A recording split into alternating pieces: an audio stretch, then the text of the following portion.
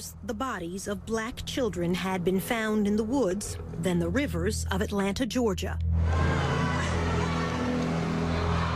In all, more than 24 victims, most of them strangled.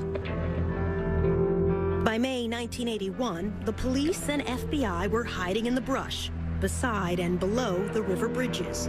This was to be the last night, almost the last hour. I heard the splash. Bob Campbell, a police recruit, jumped to his feet, down beside the Chattahoochee River. I was really startled. It sounded like a body entering water. He looked up at the bridge. And I saw brake lights of a car come on. I saw red lights. The car started slowly moving away from me across the bridge. Campbell radioed the other team members up above him. I asked, did a car stop on the bridge? Because, I couldn't believe what I saw. And each person told me they didn't see it. Then a policeman in a chase car, hidden on the other side, came on the radio. He just said, the car is pulling in the parking lot here, turning around in front of me. Started coming back across the bridge, coming back in my direction. This is that white station wagon. Police followed it and stopped it nearby. FBI agent Mike McComas rushed to the scene. The driver was standing by the highway. He was talking with the officers, saw a black male. He had on a baseball hat, had on glasses. The young man was Wayne Williams, about to turn 23. A self-anointed music talent scout who slept days and roamed the city at night. McComas invited Williams over to his car. He got in the car and I said, do you know why we're here? And he immediately said, yes, it's about the missing children. And that kind of stunned me, and I said, well, what do you know about that? And he goes, well, he said, I don't think that the various news agencies are covering it adequately. Do you? 2 weeks later, this headline would break the news of that night on the bridge. Wayne Williams would be sent to prison to serve 2 life sentences for murder. At first glance, he hardly looks like a serial killer. Not much more than 5.5 feet tall, barely 150 pounds, now in his 50s and growing bald. The bottom line is, nobody ever testified or even claimed that they saw me strike another person, choke another person, stab, beat, or kill, or hurt anybody, because I didn't. This is the first time Wayne Williams has talked on TV in at least a decade. Why do you think you were convicted? Fear. What do you mean? Atlanta at the time was in a panic. They wanted any suspect that they could find, and let's just be honest, it had to be a black person, because if it had been a white suspect, Atlanta probably would have gone up in flames. It came very close to that. Do you think you'll ever be free? No, Dot, it's not a matter of if to me, it's a matter of when. Some 30 years after Wayne Williams' trial and conviction, there is still debate and some doubt. This time, you can be the judge and the jury. We'll lay out the evidence on both sides, and you'll hear from Wayne Williams at length. Then we'll invite you to reach your own verdict: guilty, innocent, or a third choice, not proven. The first clue was found on a dead boy's tennis shoes. The victim was Eric Middlebrooks, his body left here in a rainy alley, a foster child who rode his bicycle away one night on an errand and was dead by dawn. Detective Bob Buffington saw something red stuck to Eric's tennis shoe. And I noticed in the flap of the edge of this shoe, this tuft of what to me appeared to be wool. And that was it. We could find no other evidence. Back at homicide, Buffington showed the fibers to his superiors. The lieutenant made a big joke out of it and told the rest of the squad that if I went over to the lieutenant's house and cleaned out the lint trap in his dryer, we could probably clear out all the cases in the city of Atlanta.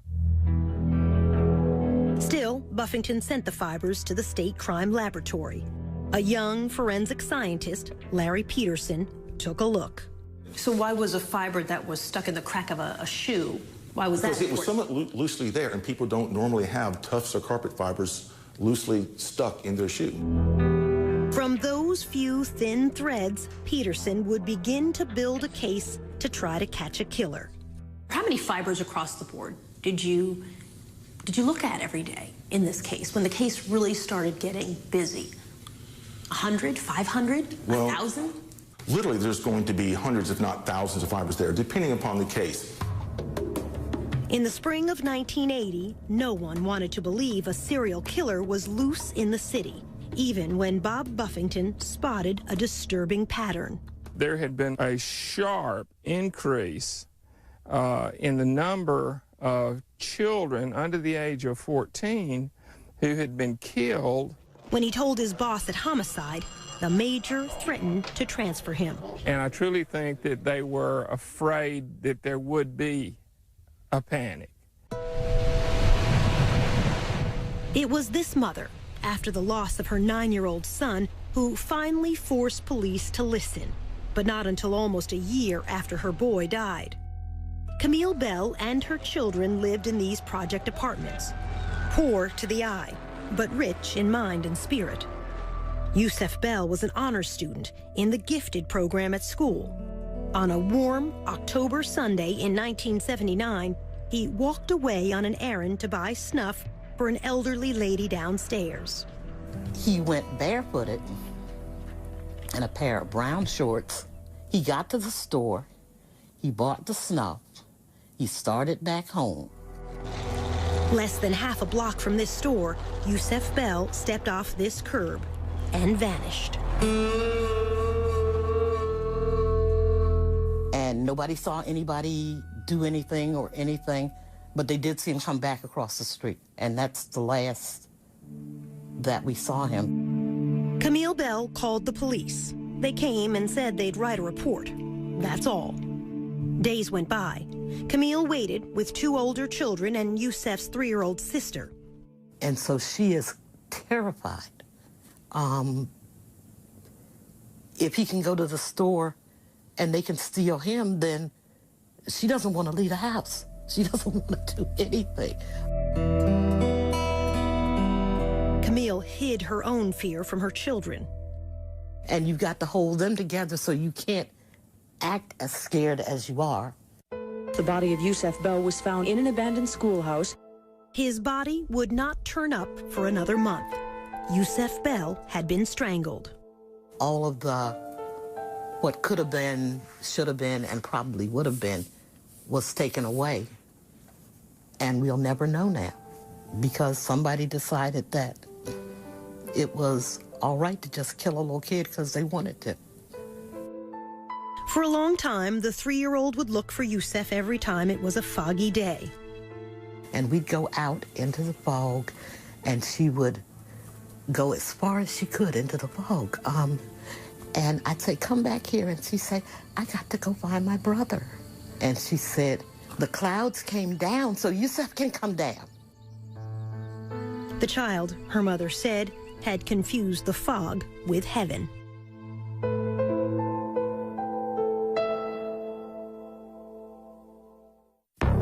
Still ahead, the boy who was too brave.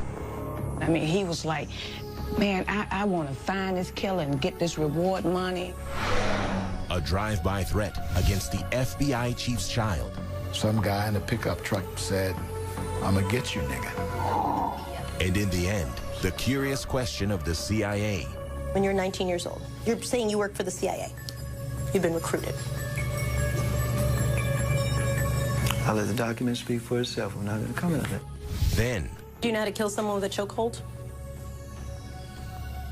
That's a yes or no answer. No, it's not. Yes, it is, actually. No, it's not. No, it's not. Do you know how to kill someone with a chokehold? No, it's not.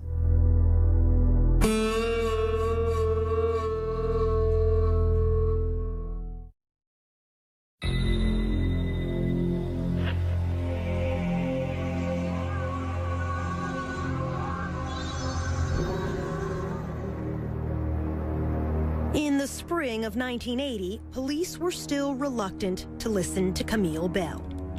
Children were dying on the streets of Atlanta in the daytime. Among them, Jeffrey Mathis, only 10. Like Yusef Bell, he walked down the street on an errand to this gas station to buy cigarettes for his mother. She never saw him again. What we had here was a predator, and what he was looking for was somebody who was cut off from the herd. And if you don't realize you're in trouble until you're in trouble, then you have no way of getting out. It would be another year before Jeffrey Mathis's body was found in a woods, miles from his home. His mother would join Camille Bell in forming a committee to confront the city's leaders. The reaction of the police was that we were overreacting and that there was no serial killer. Even though, by now, 6 black children were dead. 4 others were missing. Perhaps we were like distraught parents that really needed everyone's sympathy, but nobody needed to do anything. For years, it has been a dirty little secret among the press and the police. Deaths of blacks draw less attention than deaths of whites. Nobody cared. So you could have several killings go on, and if the people were poor, then no one discovered there was a serial killing. If you were black and poor, then really nobody looked, especially if you were black and poor and Southern. Police were slow to recognize these deaths were different. Many of the bodies were left in the woods, far from home, unlike most murder victims who are found where they fall. Unsolved murders of children is very rare. If a 9-year-old got killed, it was because somebody slapped him across the room, he hit his head, and he died. Police did not create a task force until a year after the first murders began. FBI profiler Roy Hazelwood came down to help. 3 detectives drove him around the city and turned into Jeffrey Mathis' neighborhood. As soon as we turned onto that street, everything stopped. The guy cutting the grass stopped. Guys playing dominoes on the porch stopped. I said, "What's going on?" I said, "Everything stopped." They said laughingly, "That's because we have a honky in the car."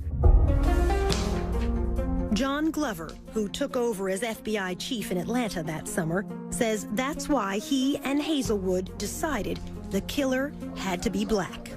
The killer is someone who is invisible in the black community. And who is invisible in the black community but another black person? Welcome Harris was one of the first task force detectives. He knew it had to be someone who went unnoticed.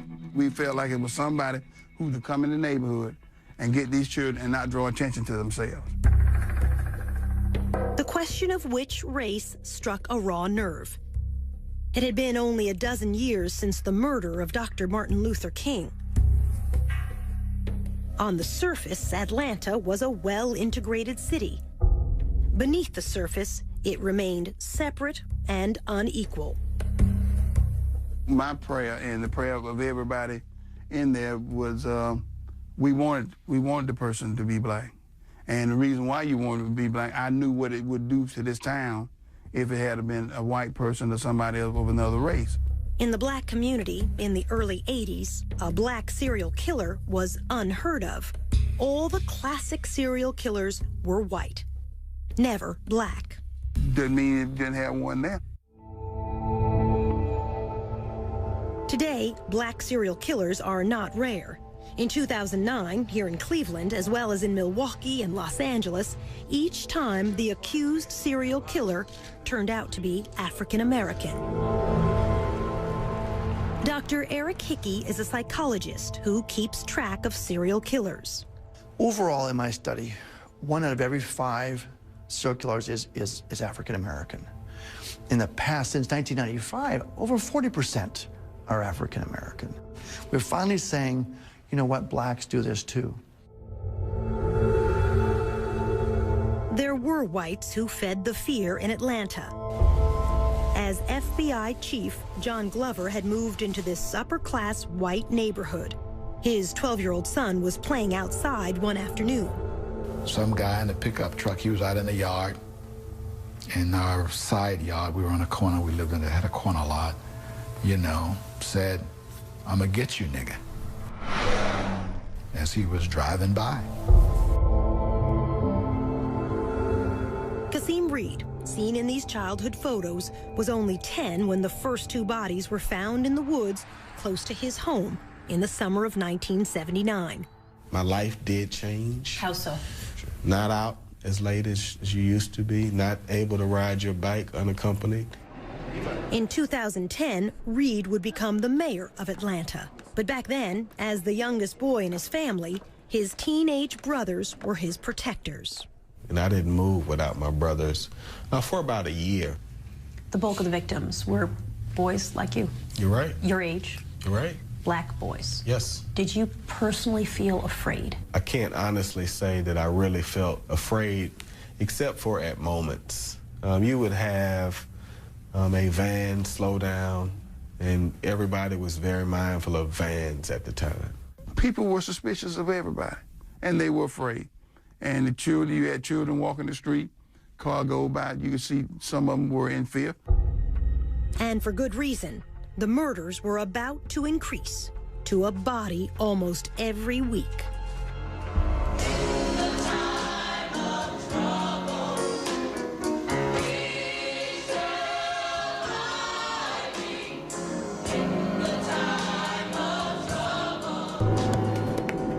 Coming up, a creature of the night.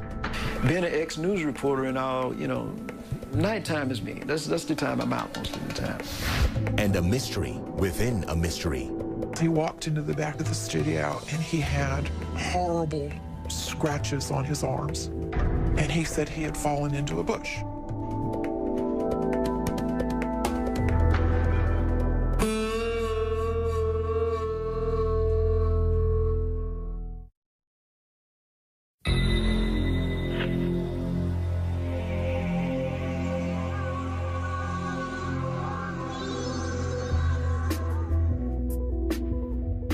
Many of the children who died were poor, who earned spending money carrying groceries, running errands for others. Or, like Luby Jeter, peddling car deodorizers outside this supermarket on New Year's weekend, 1981. His mother worried about his going off alone. He said he was a big boy. They had to catch him first. Luby was a good student, a sophomore in high school. A witness at the shopping center that day saw Luby with a man and helped a police artist draw this sketch, a man with a baseball cap, perhaps a scar on his cheek. Luby never came home. I believe he'd been kidnapped. Police searched the woods around Atlanta. They did not find Luby. Instead, police found two other bodies. Young boys who had disappeared 10 miles and a month apart, yet both left here at the same dumping ground. The number of known dead, now 15. The unsolved murders of so many children had become front-page news around the nation and the world. This is the reward. The city announced a $100,000 reward, soon to grow to $500,000. The task force was swamped with sketches of suspects, none of them alike, many suggested by psychics. At the state crime lab, Larry Peterson was sifting through thousands of fibers: nylon, rayon, acrylic, acetate. Is it like looking multiple or smaller? It's like looking for multiple needles in multiple haystacks. Then, in January 1981, a breakthrough. Peterson realized they were seeing one green carpet fiber with a unique shape. This is a cross-section of that fiber, magnified many times. This particular fiber had two very, very large lobes and one short lobe. The lobes are the three ends of the boomerang shape. The shape was the most distinctive feature of the fiber. He showed me a slide taken from another carpet. This is a single tuft from the carpet, cut in cross-section. Yeah, I can't tell that's green.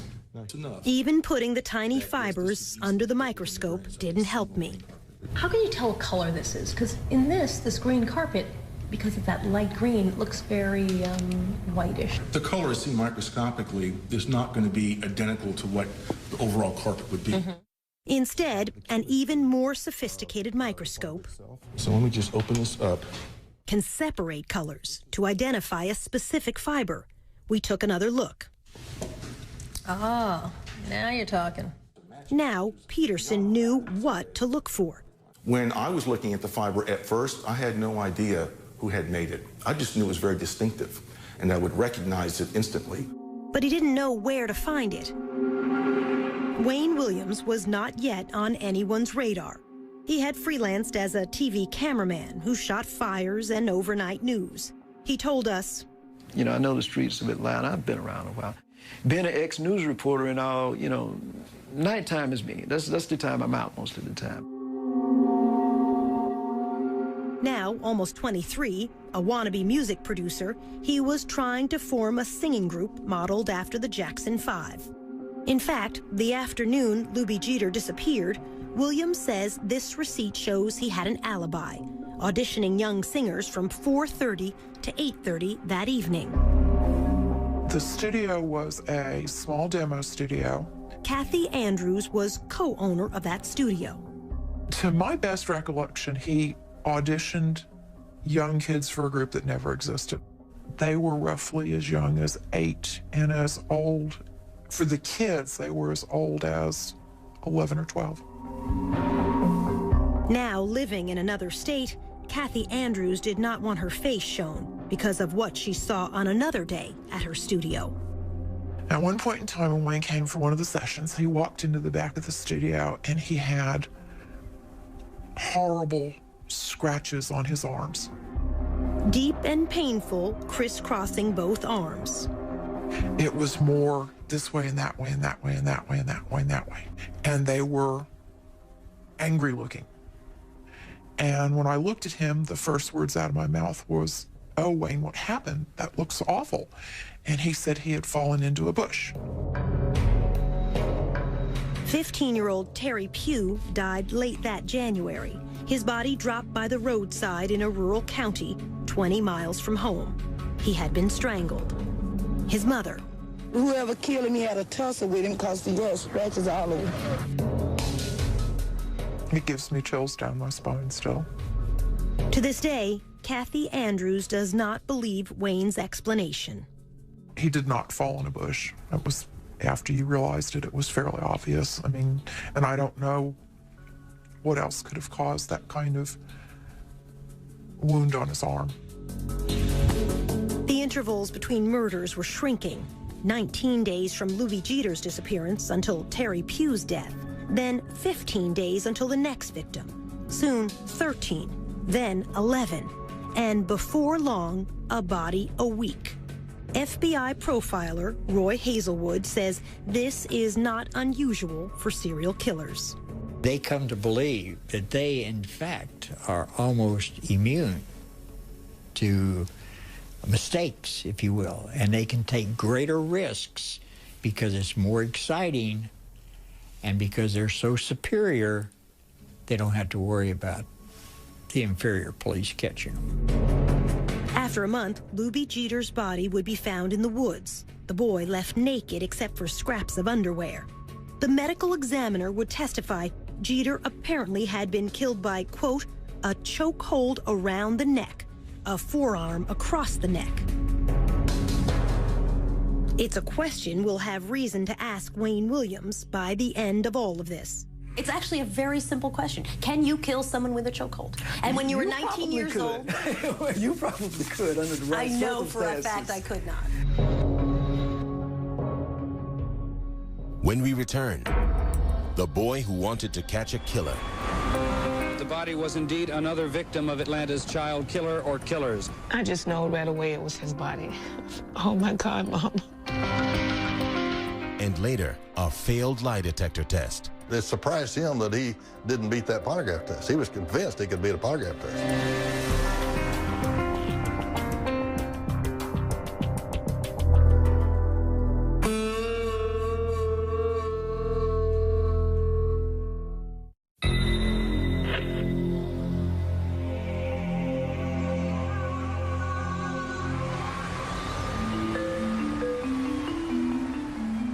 There's yet another twist in the missing and murdered children case. Atlanta is a city of frustrations and fears. As the number of missing and murdered children grows. That the body was indeed another victim of Atlanta's child killer or killers. We're told that the child... Patrick Baltazar was the kid who was convinced he could catch a killer. He was like, man, I want to find this killer and get this reward money, and I'm going to buy my mom a house, and I'm going to do this, and I'm going to find this killer. His stepmother, Sheila Baltazar, was worried. For a 10, 11-year-old child to be talking like that was just like, wow, you know, where's his mind at? Patrick was a latchkey child, living unsupervised with an older brother in a project apartment near downtown. He was very streetwise. He stayed out late at night, often at the Omni Center, now the headquarters of CNN, but back then a hotel complex with an indoor skating rink and a game room for kids. And that's where he spent a lot of his time at the games arcade. Wayne Williams was known to frequent the Omni, passing out these flyers as a talent scout to offer auditions to boys from age 11 on up. 15 kids are dead. 2 others are officially missing and listed as part... By early February 1981, more than a dozen young African-American boys had been found dead, many dumped in the woods around Atlanta. I was very fearful. My God. Sheila Baltazar pleaded to send Patrick back home to the rest of his family in rural Louisiana. If I had somewhere to send my son, I would have sent my son. One evening, a white man in a big car appeared to threaten Patrick and a small friend. The little boy said that Patrick said, man, that might be the killer. Patrick used a payphone to call police. He told them, a man was chasing me and my friend in a brown Cadillac. Well, actually, they thought it was a crank phone call. They didn't send a car out. This is a sketch the other boy provided to police after Patrick was dead.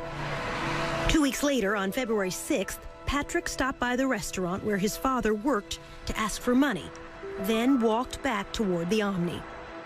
He never made it home that night. I'm like, he didn't come home? Oh, my God. That was the first thing popped in my head. Missing. Murdered. Oh, my God. The Atlanta Missing Persons Bureau continued their hunt for this missing child. 11-year-old... One day seemed like it was a week. That was the longest search in the world.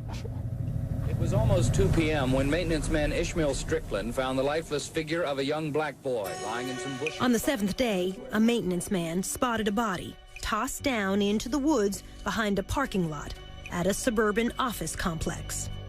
The bank was fairly steep. Medical examiner Joseph Burton had to hold on to a rope to get down to the scene. He had a ligature mark on his neck, like if somebody had a ligature and they were behind you or off to the side behind you and they close their hands or fists together and pull the ligature, basically. In other words, killed from behind. Most likely, yes. All right, let me place another sample on this side. State Crime Lab scientist Larry Peterson attended the autopsy. I can recall at one autopsy pulling a fiber off of one of the victims. It was a green carpet fiber, and mounted the sample on the slide, went over and looked under the microscope and went, it's the same one. You knew right away. I knew right then. And it became apparent that the body was indeed another victim of Atlanta's child killer or killers. Again, local television carried these pictures live from the crime scene. As it was studied, it became apparent it was one of the 3 children listed as missing. We're told that the child's body, again, had not... Sheila Baltazar got a call from her mother. She say, they found another body.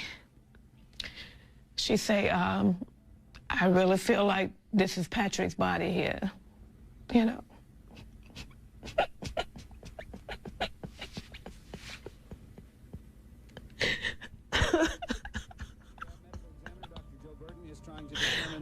Oh my God. But if he is one of the 3 missing children, the chances are strong that he was 11-year-old Patrick Baltazar, who disappeared 1 week. Mrs. Baltazar and her husband went to the funeral home to identify their child. They told me he had struggled you know, for his life. And seeing the print, you know, the rope print across his neck, all the way right in the front.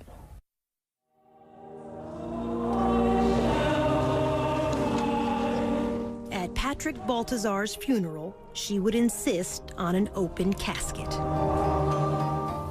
I just wanted the world to see that this child could have been anybody's child.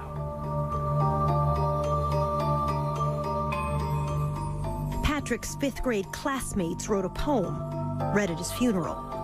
This from local TV coverage that day. Patrick Balthazar, our schoolmate, you came to school, though sometimes late, but you were never mean to anyone. You tried to help people and thought it was fun. Then one night, one terrible night, you didn't come home, not even at daylight. Something's happened to that boy, the people said. Patrick is missing. Is Patrick dead? We cried some, and we bowed our heads, and hoped for your safety, and prayers were said. Oh God, please bring back that missing boy. When he returns, we will shout for joy. The police and the news people came and went. In all our hearts was no content. No one could rest until we knew whatever had happened to you. Then one day your body was found out in the woods on the cold, cold ground. Someone killed you and dumped you there. It was a mad, cruel person who did not care.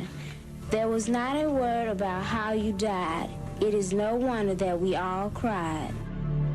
Patrick, we miss you and wish you knew how much your schoolmates grieve for you.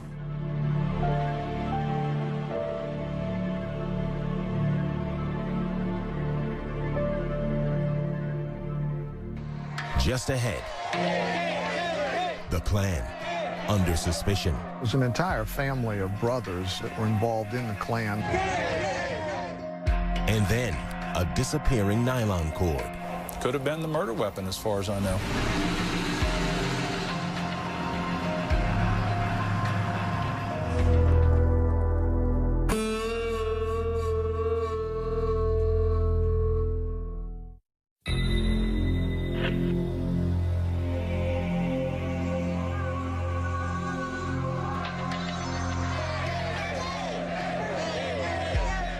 In February 1981, a troublesome tip reached the police. A man involved in the Ku Klux Klan could be Atlanta's serial killer. Atlanta was about to explode, and here was information potentially that the Klan could have been doing this.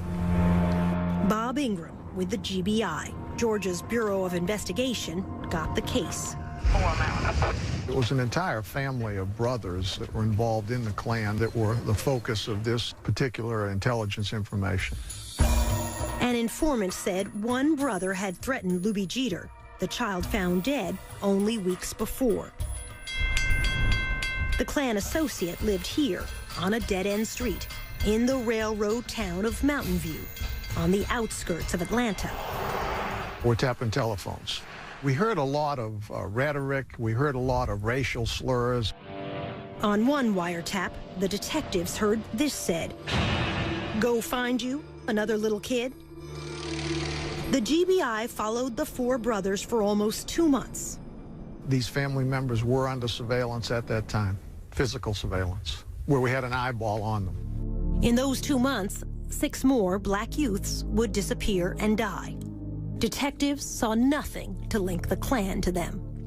If somebody was in there with a van or 2 or 3 men who, you know, to grab somebody and dump them in the back of a van, people would have noticed if they were white. The brothers were called in. They took lie detector tests and passed. They were polygraphed and cleared as to their involvement in the killing of Atlanta's children. Clearing the Klan didn't stop the murders. JoJo Bell was one of the victims who vanished during the surveillance. He used to hang out at this seafood carryout place. Manager Richard Harp. You come here and do anything, I'll give him $1 or $2. Just long enough you get money to go to show or get money to buy stuff at the store or something like that.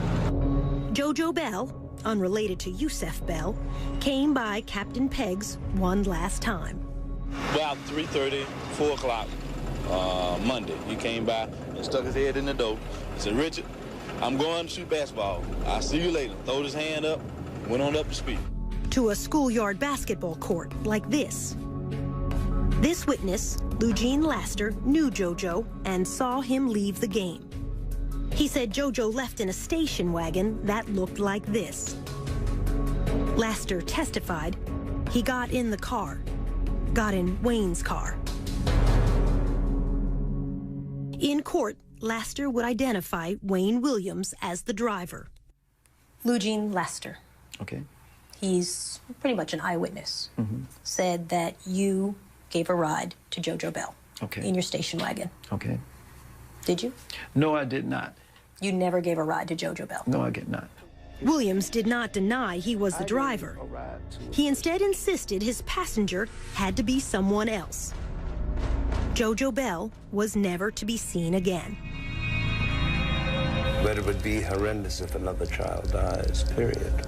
A week later, Sammy Davis Jr. and Frank Sinatra came to Atlanta for a concert to benefit the children. The photographer up on stage, that's Wayne's father, Homer Williams, with the black newspaper, Atlanta World. How come you got no tuxedo on there? You're going to come up here on the stage looking like that there.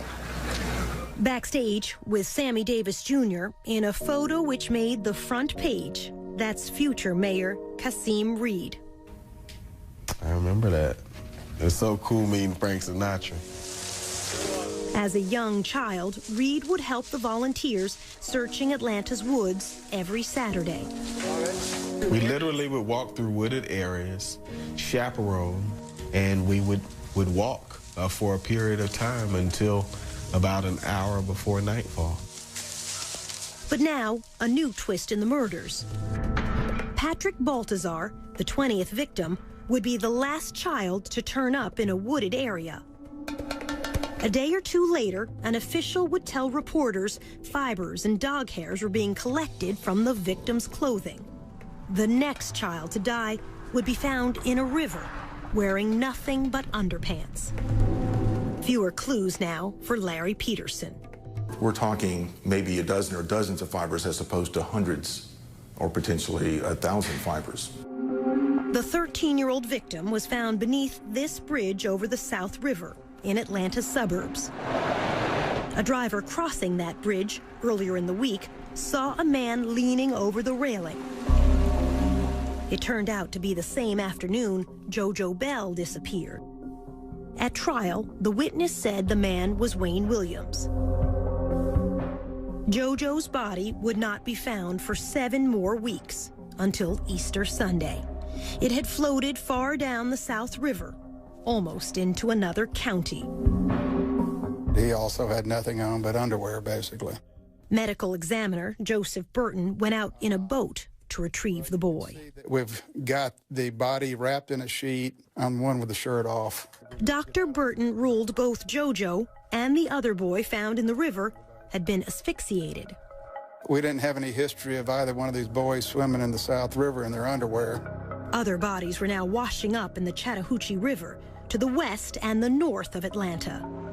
5 victims in that river in the next 6 weeks. I said, you know, if I was doing that, I'd be throwing them off the bridge. FBI agent Mike McComas grew up along a river in Tennessee. He knew if something were to float on downstream, it had to be dropped in the middle of a river. McComas suggested the bridge stakeouts. We looked at remote places, dark places. We believed it would be at nighttime as opposed to daytime.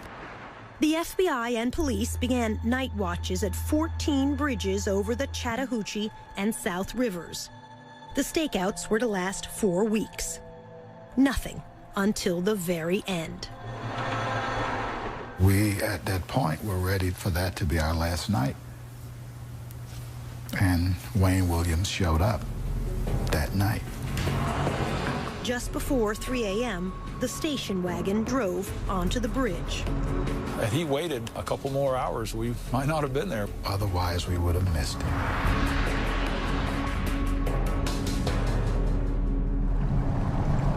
Next, the night on the bridge. You said, I know this is about those boys, isn't Correct. it? Mm-hmm. That's what I said. Pretty damning statement, don't you think?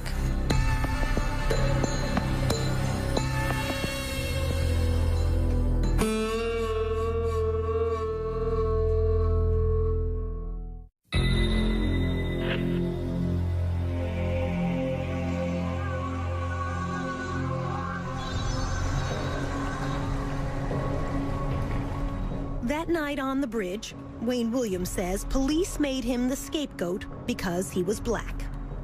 Soledad, when this case happened, if those police had arrested a white man, Atlanta would have erupted, as well as several major cities. You possibly would have had another race war. No, said the FBI chief. On the Atlanta Police Department side, they were looking for a white guy. So why would all of a sudden the black guy be considered a scapegoat? Williams disputes almost everything police witnesses said about that night. What happened that night on the bridge? Okay, in the first place, and I'm not being facetious, but nothing happened on the bridge. That's the whole misconception. As he tells it, there was no splash. He never stopped and didn't turn around. So you never stopped on the bridge? No, I didn't. You didn't throw trash? No. You didn't throw anything? No, I did not. You didn't throw a body? Definitely not a body, no. His story. I crossed the bridge. I turned off briefly after I crossed the bridge at what I called a liquor store. Williams said he pulled into the parking lot only to look up the phone number of a singer he was trying to locate at that hour. I turned back on the highway. I went to a Starving Marvin store. I used the telephone, and I came back. The call didn't go through. I got some recording, this number's not in service, and I said, well, this is a prank. This is the closest thing to an address he had for the singer he said was Cheryl Johnson. The FBI looked hard and could never find her. It says to me that Cheryl Johnson didn't exist, that he made it up. Williams says only after that call from a gas station did he turn around to cross back over the bridge again. Police would stop him moments later. You said, I know this is about those boys, isn't it? Correct. Mm-hmm. That's what I said. Pretty damning statement, don't you think? No, I mean, the perception in Atlanta was, at the time, kids were missing, and I think, if I'm not mistaken, the perception was a lot of young males were missing, and that's what I asked myself. This is about those kids, the boys or something like that, isn't it? Remember what FBI agent Mike McComas said he saw when he got to the scene? Saw a black male. He had on a baseball hat. This is the sketch provided by the witness who saw Luby Jeter talking to a man the day Luby disappeared and died. McComas had never seen this until we came back to show it to him nearly 30 years later. This is a real strong resemblance to the person that I talked to, Wayne Williams. He had on a baseball cap. His hair was in an afro, so this just looks like him. Williams agreed to let McComas search his station wagon. On the floor, in the front of the back seat, he saw... There was a nylon cord. The best that I could describe the nylon cord was a ski rope type, the woven type, and it was, my guess, about 24 inches long. No. Williams denies there was any such cord. Because if that rope had been in the station wagon that night, I'm sure they would have taken it. The fact that I didn't confiscate it doesn't make it go away. It was there. The nylon cord would never be seen again. Could have been the murder weapon, as far as I know. Yet, FBI supervisors decided to let Wayne Williams go that night. Well, first of all, he didn't have a body. So, secondly, there was no one who saw Wayne Williams outside of his car. There was no one that saw him throw anything overboard. 2 days later, only a mile downstream from that bridge, another body. After 2 years, one suspect now, Wayne Williams.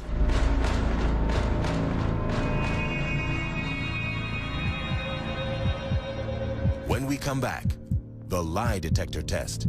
It surprised him that he didn't beat that polygraph test. He was convinced he could beat a polygraph test. I said some reaction like, I'll be darned. You're the guy we've been looking for 2 years.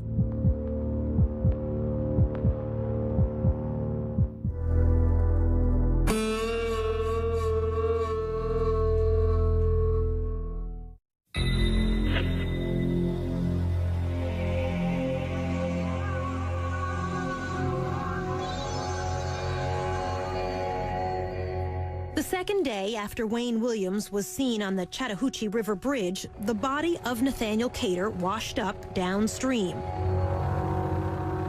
He was a down-on-his-luck drunk, 28 years old, but small, weighing under 150 pounds. Again, the medical examiner said Cater could have been killed, quote, with a chokehold, trapping the neck in the crook of the arm. His would be the last body found in the Atlanta murders, the 27th male victim. At Cater's funeral, Wayne Williams' father, Homer, took this photo for the Atlanta World newspaper.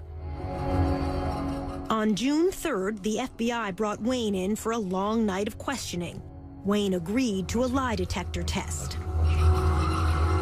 He was as composed and calm as you can get. You got 26 bodies out there in the woods and rivers, and he's just sitting there like total control. Richard Ratcliffe was the FBI polygraph examiner. I said, I don't care what you were doing on the bridge. I don't care what you threw in the river. If it wasn't a little boy's body, you did fine this test. He told Williams in advance what he would ask him. Did you kill Nathaniel Cater? Did you kill him that night that you were on the bridge? And did you throw Nathaniel Cater into the Chattahoochee River? And when I ran that test, it's like, wow, this is it. Wayne Williams flunked all 3 questions. Might as well, this test would reflect that you did kill Nathaniel Cater, and you threw his body, that was his body you threw off the bridge that night. The polygraph measures sweating, the heartbeat, blood pressure, all rise with tension. You breathe a little faster. You have a hard time getting your breath. You sweat a little more. He did all this. Wayne Williams took the test 3 times. He failed each time. I said some reaction like, I'll be darned. You're the guy we've been looking for 2 years. It surprised him that he didn't beat that polygraph test. He was convinced he could beat a polygraph test. He sat there and studied it, and he said, what's this question right here? And I said, that's pretty good. That's, did you cause the death of Nathaniel Cater? And then he said, what's this question? I said, well, did you throw his body into the Chattahoochee River that night?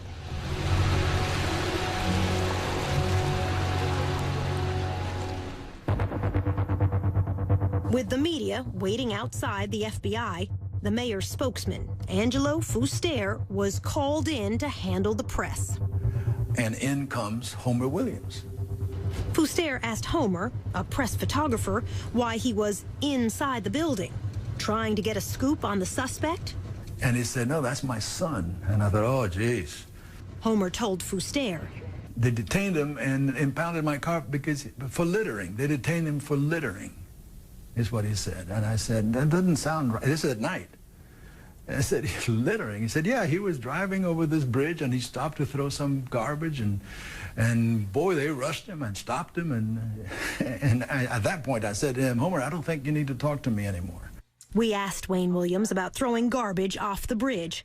He denied his father ever said that. Your father said you stopped to get rid of some trash. No, my father never said that. I never said that, and my father never said it. While father and son were inside the FBI, evidence technicians were combing the Williams home. The FBI's top fiber expert, Harold Dedman, led the search. In Wayne's bedroom, he took clippings from a purple bedspread and from a yellow blanket. The yellow blanket was located under Wayne Williams' bed. On the floor, a green carpet. This is a blow-up of those carpet fibers. They're the only company to produce a fiber like this. But Larry Peterson was still in the dark. I had no idea there was a bridge incident. He had been called to the FBI office to help search this station wagon, but not told why. Then he spotted FBI techs returning from their search, and so he went out to the home to snip fibers for himself. Saw the green carpet. Did you feel this is it? You know, I really didn't. Because it was a middle-class home, a young man living with his parents. But Peterson thought, I'm going to run these back to the lab and just look. I started with the green carpet. Once I put that sample under the microscope, I mean, I knew instantly that that was it. You knew that they had the killer. I knew that was it. And I had made hundreds and hundreds of comparisons to carpeting and various suspects and environments before, and nothing was even close until that night. Did you stand up from your microscope and scream, "Hallelujah, we've caught the guy"? I really did just want to say, oh my God. Still, Wayne Williams was allowed to go home that night. And I make a couple of other errands, so I was in the area, and I just decided. In the morning, Wayne Williams called in reporters and TV crews, who agreed not to show his face. He asked what was dropped in the river. Nothing. He acknowledged he failed a lie detector test. Then, asked about the victims, Wayne Williams said this. Some of these kids are in places they don't have no business being at certain times of the day and night. Some of them don't have no kind of home supervision, and they're just running around in the streets wild. And I'm saying, when you're doing that, that's not giving anybody a license to kill, but you opening yourself up for all kinds of things. We asked Wayne what he meant. When you say, that's not giving anybody a license to kill, but you're opening yourself up for all kinds of things. My point is very simple. All right, if you're out roaming the streets, like not all of these, but some of these victims were, you put yourself in a position for bad things to happen. For days, the district attorney was reluctant to take Wayne Williams to court based on fibers alone. While he hesitated, the FBI, police, and media all kept a watch on Wayne. In this parking lot one day, he showed an angry face to a CNN camera crew. Well, hey, I'm telling you to quit following me, because I'm saying at this point you're following me and you're on private property. And if I were you, I'd get the hell off. Finally, on Father's Day evening, 1981, detectives arrived to arrest Wayne Williams for the murder of Nathaniel Cater. Once he disappeared in the back of this police car, Williams would never be free again, to this day.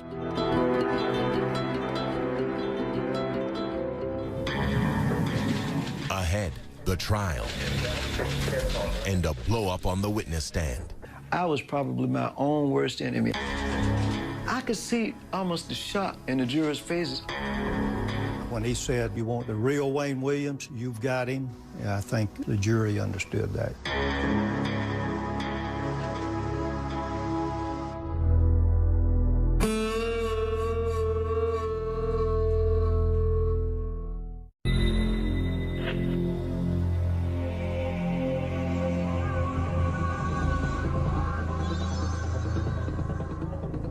Wayne Williams would go on trial at the start of 1982.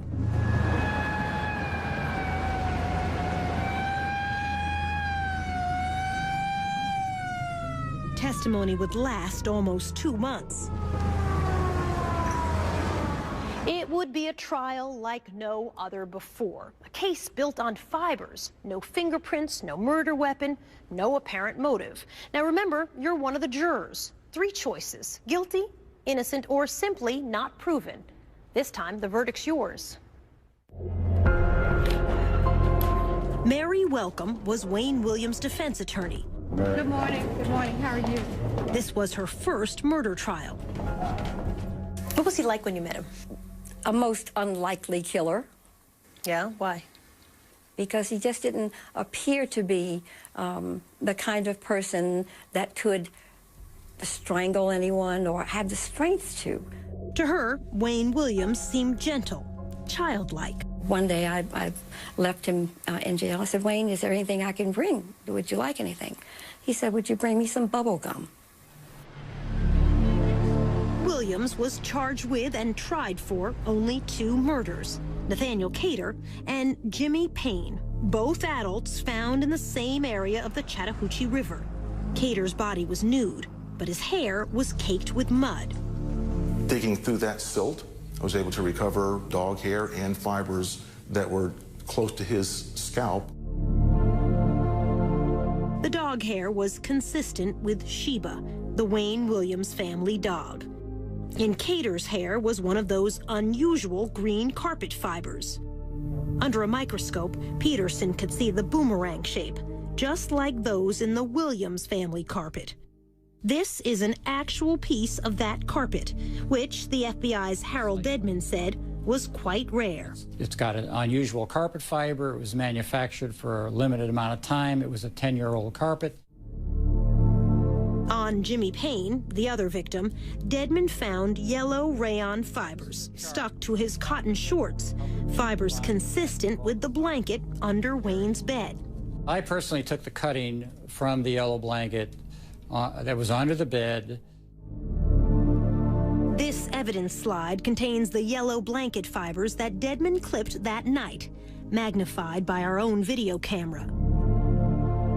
But when Larry Peterson had returned that June for a second search a couple weeks later, There was no yellow blanket to be found that I could find. There are a lot of things in your case that disappeared. Mm-hmm. You had a lot of disappearances. Yellow blanket Yes. disappeared.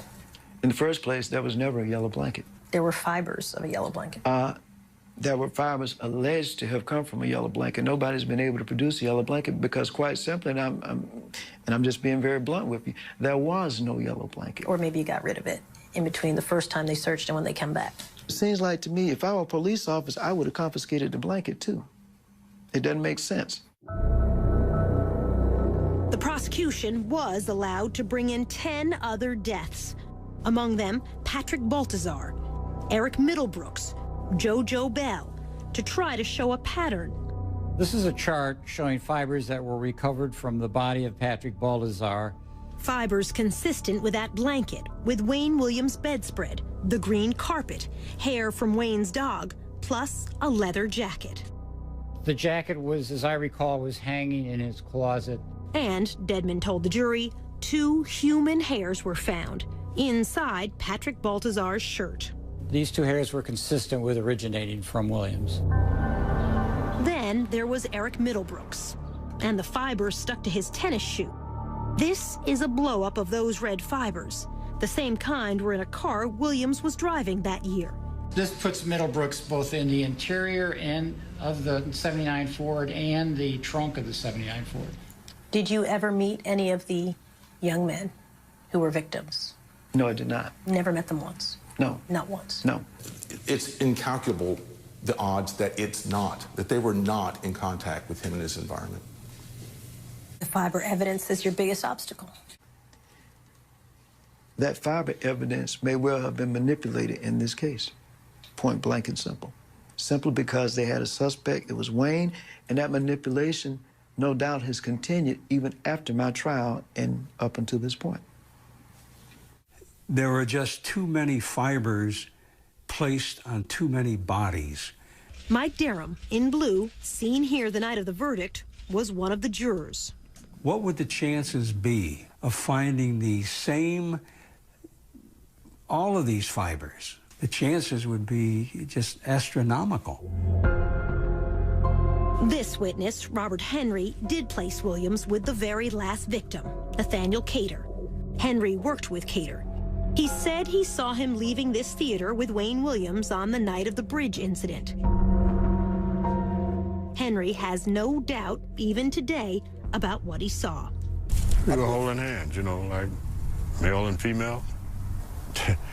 Well, if you were holding hands with one of my co-workers and both of you are males, what am I supposed to do? Turn my head? What's up, people? The next time I saw him, he was in the courtroom. When Wayne Williams took the stand, he swore he never met Nathaniel Cater. On the evening Henry said he saw them, Wayne testified he was home. sick and asleep in bed. His mother and father, now deceased, backed him up. Homer Williams said he had the white station wagon until almost midnight. Under cross-examination, in his third day on the stand, Wayne Williams blew up at prosecutor Jack Mallard. That morning, he was a complete different person. Immediately, he started attacking. He came out of the chute like a bull. When he said, you want the real Wayne Williams, you've got him, I think all of us, the jury, understood that, yeah. I was probably my own worst enemy. I was an arrogant, bus-headed idiot at the time, and I played right into these people's hands. I could see almost the shock in the jurors' faces if they said, my God, is this the same Wayne that was up here yesterday? I could see that. Patrick Baltazar's stepmother was watching in court that day. I'm like, this man gotta be crazy. This man, I mean, it's like he's saying, you know, yeah, I killed him, but you better prove it. You know, can you prove it? He was doing everything he can to outsmart everybody. And it was like, I did it, but can you prove I did it? Camille Bell, Yusef's mother, believed Wayne to be innocent.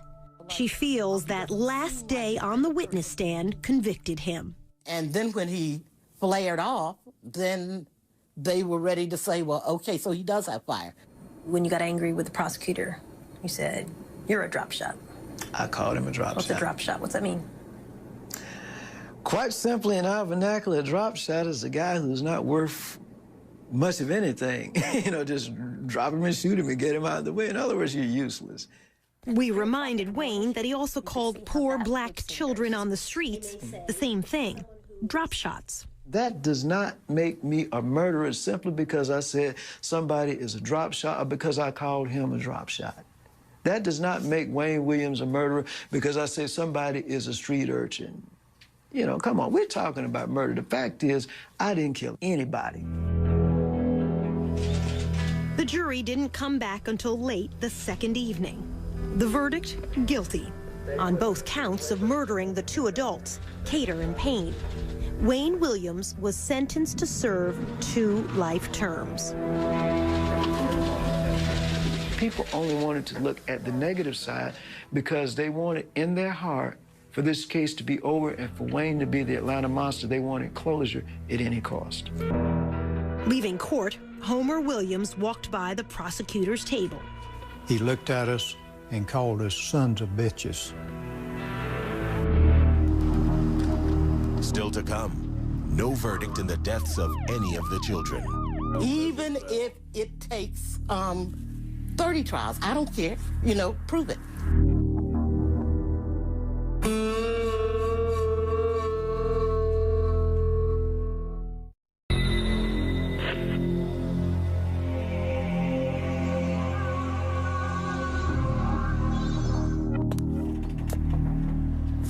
Defense attorney Mary Welcome did not expect the guilty verdict. I was crestfallen. So why do you think the jury convicted him? Because he might have been guilty. Because he might have been. During the trial, medical examiner Robert Stivers told the jury there had been very few strangulations of black males in the years before these murders began, and none at all with bodies left in rivers or by the roadside since that night Wayne Williams was stopped leaving this bridge. They were convinced that the crimes had stopped because Wayne had been arrested. And I think what happened is people stopped looking and stopped counting. Murders have continued in Atlanta. Shootings of black men, stabbings of black women, but not strangulations like before. Not black youths dumped far from where they were killed. Detective Welcome Harris would stay on the police force another 25 years. We asked him how many more children were killed the way they were in the 80s. None that I can recall. None that I can recall. Wayne Williams' appeals would drag on for years. He almost won the first one. Georgia Supreme Court Justice George Smith helped a colleague write a ruling that would have reversed the verdict. He would have found that the evidence didn't support a conviction. That's what he did find originally. but the 5 other justices resisted. When we met, they pitched a royal fit. They were not going to overturn the conviction. The 5 of them would.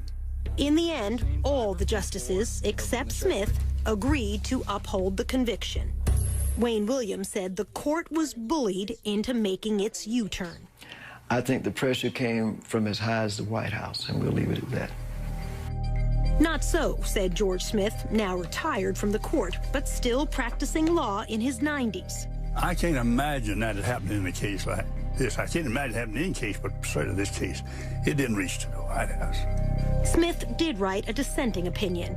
He said the fiber evidence fell short of scientific certainty, and the prosecution should not have been allowed to use the so-called pattern evidence on 10 other murders.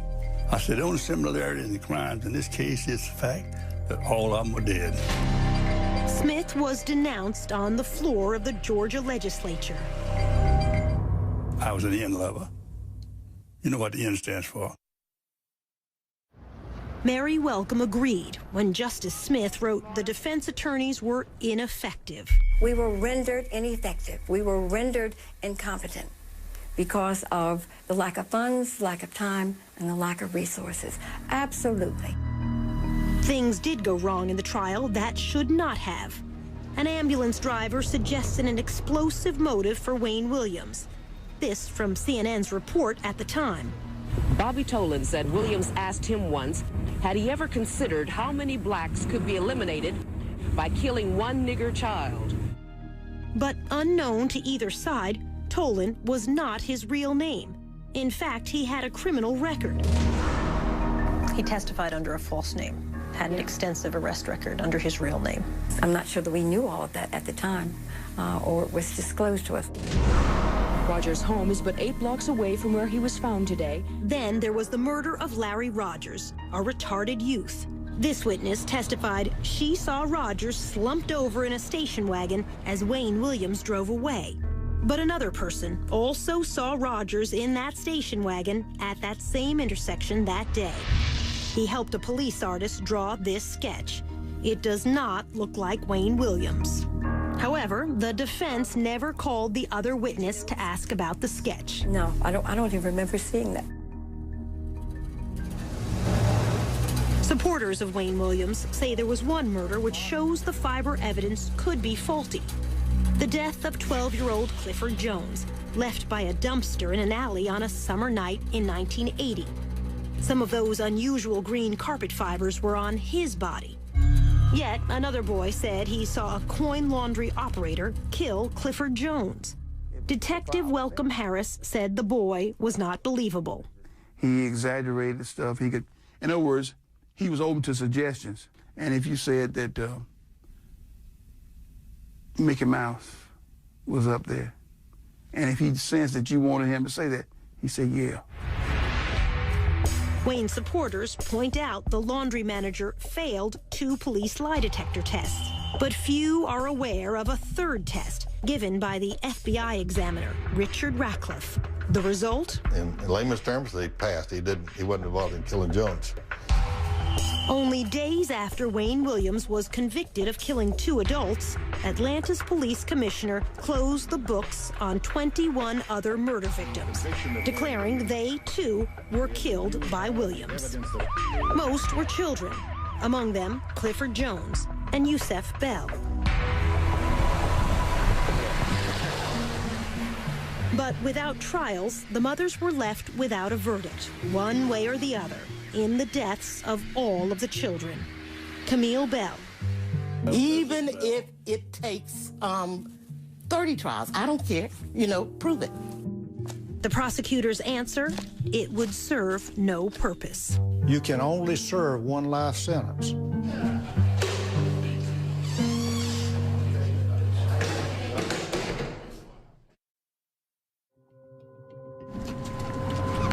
Just ahead, a new alibi that backfires. He was out that night, no question in my mind. He was not at home. He was out and about. And after all these years, new DNA evidence. Then it probably would exclude 98% or so of the people in the world.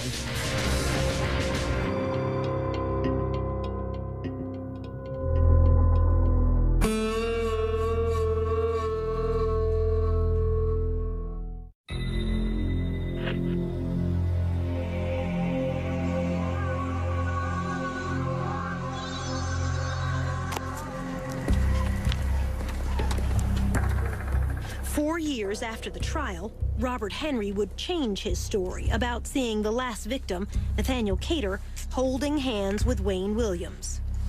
In this affidavit, Henry wrote, "If my life depended on it, I could not say the man I saw with Cater was Wayne Williams."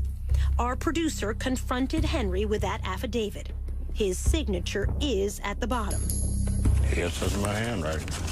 Whose words are those? They're not mine. Whose words are they? I'd rather not say. In the summer of 1986, Henry was in prison here when, he said, an associate of Wayne Williams came to see him and told him what to write. When you said, "I could not ID the face of Wayne Williams as the man I saw with Nathaniel Cater," are those your words? Those are words I was told to say. By? I'd rather not say. It might cause a problem. Could you ID the face of Wayne Williams? The person I saw holding Nathaniel Cater's hand was Wayne Williams, the man that was convicted of it. In fact, Henry had passed a lie detector test before he took the witness stand. When his visitor came to see him, Henry was serving 5 years for sex crimes. His false affidavit was used in court appeals. Wayne Williams lost each time anyway. To this day, is there any question in mind whom you saw with Cater? No, it's not. It was? Wayne Williams. Robert Henry is not the only one whose story has changed back and forth over the years. So has Wayne Williams. At trial, Williams testified he was home all evening, sick in bed, when Henry said he saw him holding hands with Cater. Now, Williams says he has a different alibi for that evening. I was at a place called Hotlanta Records in College Park. Williams says he drove to that office near the Atlanta airport. He had taken photos for this poster the night before and went there to turn in this invoice to get paid. We delivered a bill and statement of services, and we were cut a check for it, and it was probably about 9 or 9:30 when I left that location. We reached Hotlanta's owner, Melvin Ware, now living in Los Angeles. He called in advance, and when he came, I went back and wrote the check behind the desk. That's where our checkbook was. But he said Williams didn't stay that long, not as late as 9. It wasn't like 5 minutes or 10 minutes. We always spent maybe a half hour or something like that. How did Wayne get to the office? Yeah, he drove. I think he had his dad's car, if I'm not mistaken. Wayne's father, Homer Williams, testified he had the station wagon until almost midnight that night. But Chet Detlinger, an investigator for the defense, said Wayne told him long ago this was a lie. All he told me was he had the car, his daddy didn't have the car. Wayne said, but I had the vehicle, and I didn't want to corrupt my dad's testimony in the eyes of the jury, so I lied about it and said I didn't have it on the stand. What makes this important is what time Robert Henry says he saw Wayne and Nathaniel Cater together. It was about 9:15 and 9:30. It was on Lucky and Forsyth Street, downtown Atlanta. So at the trial, you said that you were in bed till 10 p.m. All right. You were so sick, your mother said that she had to help lie your body out on the bed. You were so sick. This is where the confusion with all of us came in. I got back from Hotlanta Records, probably about 9:30. But there's no one to corroborate that, even if his mother were still alive. Wayne said she probably didn't see him come in. Prosecutor Jack Mallard. He was out that night, no question in my mind. He was not at home. He was out and about. Less than 6 hours after Henry said he saw Williams and Cater here, police heard a splash under this bridge. Cater's body washed up downstream 2 days later. 30 years ago, there was no DNA testing. Now there is, and so new evidence. Remember those 2 human hairs found inside 11-year-old Patrick Baltazar's shirt? In 2007, the hair fragments were sent to the FBI's DNA laboratory in Quantico, Virginia. The result? The lab said it found this DNA sequence in only 29 out of more than 1,100 samples of African-American hairs in its database, less than 3%. Most important, Wayne Williams' DNA had the same sequence. I don't think they said it was a match. I think they said they could not rule out whomever the hairs were from as being the possible donor. The FBI's Hal Dedman, a DNA expert, said this finding is as strong as it can get with this particular type of testing. Then it probably would exclude 98% or so of the people in the world. Did you kill 11-year-old Patrick Baltazar? I did not kill Patrick Baltazar or anybody else. Did you ever meet Patrick Baltazar? No, I did not. Never been in contact with that kid? I don't even know a Patrick Baltazar. We offered to show the DNA findings to the stepmother, Sheila Baltazar. I can't read it. Please don't make me read it.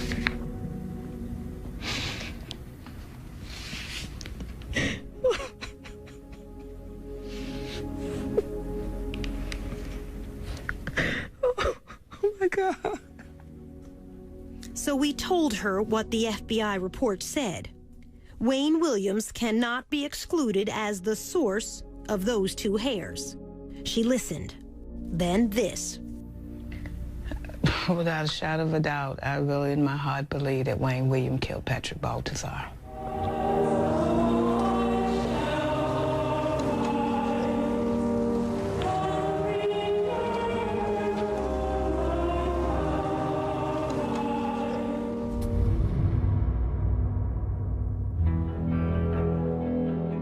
Next, train to kill. Were you trained in unarmed combat techniques? Could you grab somebody bigger than yourself, put them in a chokehold? I'm sure there are other things in unarmed combat besides putting somebody in a chokehold.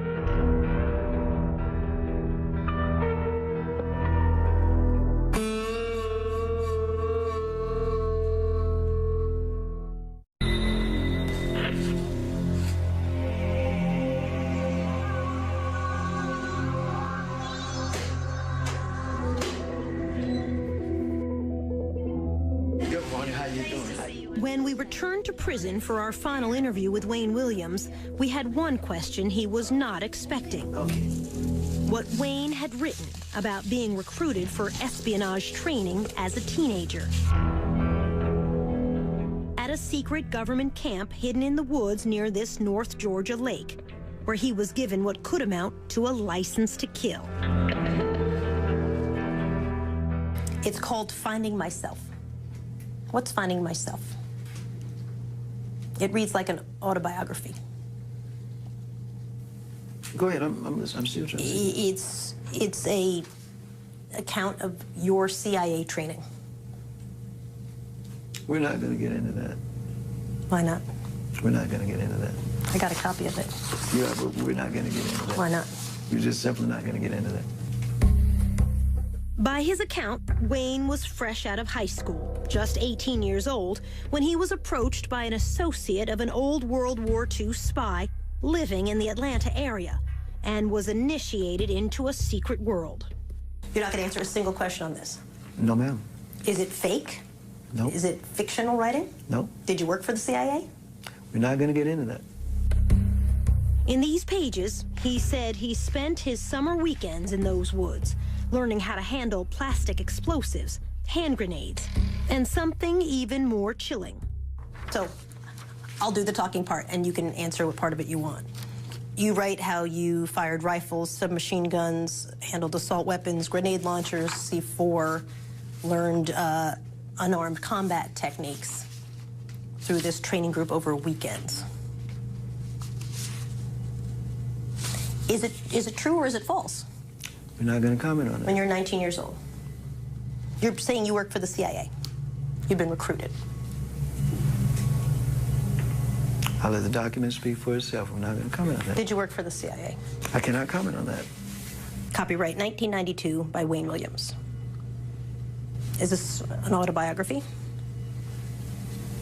I cannot comment on that.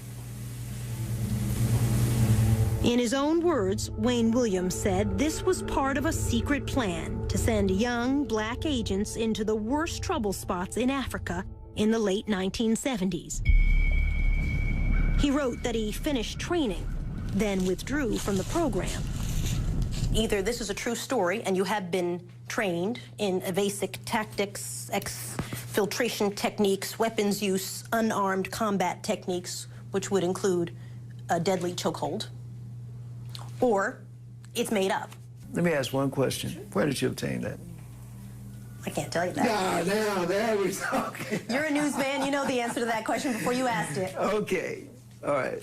I will say Is it true? I mean, it's got your name on it. I will say this. Were you trained in unarmed combat techniques? Could you grab somebody bigger than yourself, put them in a chokehold? Because that's what that is. I'm sure there are other things in unarmed combat besides putting somebody in a chokehold. But when I talk to the military experts and I say to them, what exactly does that mean? That's one of the things on their list. Top 2 things, by the way. I wouldn't doubt that. So, are you trained in that or not? Let me say this. I'm asking such straightforward questions. I understand that. But again, I ask you to understand my position on this. Let's say that were true, that were the case, or let's just say that I had some experiences that I do not want to comment on today for reasons that the document says, okay? The fact is, what does that have to do with the situation today? Everything. You tell me. It has everything to do with it. Listen. A big part of the conversation when I talked to your lawyers was, could Wayne Williams grab somebody? Did he have the strength? Look how, he's not a big guy. Could he grab someone in a unarmed combat technique and kill them? And your attorneys would say to me, you met him, he's not a big guy. So if you're telling me that, yes, in fact, I was trained by the CIA, which is basically what this document says in a nutshell, on the weekends when I was a teenager, and I am trained in the chokehold technique. That's one thing. If you're telling me that, no, that never happened, but you're writing a long fantasy about being trained for the CIA in weaponry and the chokehold technique, that takes it a whole other direction. Remember, doctors said at least 2 of the victims, and perhaps more, were probably killed by chokeholds. Do you know how to kill someone with a chokehold? That's a straightforward question, isn't it? Because I can answer that. My answer would be no, sir, I do not know. Do you know how to answer? What's your answer to that? Let me say something about that. That's a yes or no answer. No, it's not. Yes, it is, actually. No, it's not. Not until the very end of our prison interview did we come close to a real answer. It's actually a very simple question. Can you kill someone with a chokehold? And when you were 19 years old... You probably could under the right circumstances. I know for a fact I could not. I know you're being facetious, but I know for a fact I could not. You don't know. But were you trained as a teenager to do that? Because that's what you're writing in this. And I get CIA, you don't want to talk about it.